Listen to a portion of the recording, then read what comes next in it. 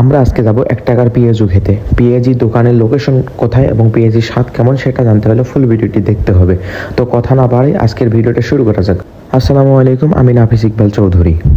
তো আমরা বাসা থেকে বেশ কয়েকজন বের হয়ে গেলাম আমাদের ফ্রেন্ড সার্কেল নিয়ে। আমাদের বাসা থেকে পেঁয়াজির দোকানের লোকেশন খুবই কাছাকাছি, দ্যাটস ওয়াই আমরা হেঁটেই বের হলাম। আর বিকেলে হাঁটতে ভালো লাগতেছে। প্রথমেই আপনারা ব্রাহ্মণীগুন্ডা বাজারে আসবেন, বাজারে এসে এখানে একটা মোচর পাবেন, সেখানে দাঁড়াবেন। এখান থেকে পশ্চিমে যে রাস্তাটা আছে আপনারা সেই রাস্তার বরাবরই ঢুকে যাবেন এবং আপনারা কিছুক্ষণ হাঁটলেই দেখতে পাবেন যে সেই পেঁয়াজির দোকানটা। তার পূর্ব পাশেই হচ্ছে এই দোকানটি। আপনারা যে ভিডিওতে দেখতেছেন এটাই হচ্ছে পেঁয়াজির সেই ভাইরাল পেঁয়াজির 1 টাকার দোকান।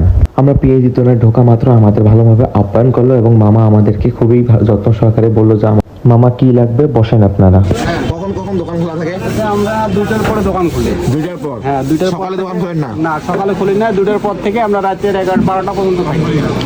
তো আপনাদের এখানে সবাই 1 টাকা করে, তাই তো? হ্যাঁ, আমাদের এখানে আপনি পুরি পাবেন 1 টাকা, পেঁয়াজি 1 টাকা, জারকা 1 টাকা। এইসব খাইতে পারেন।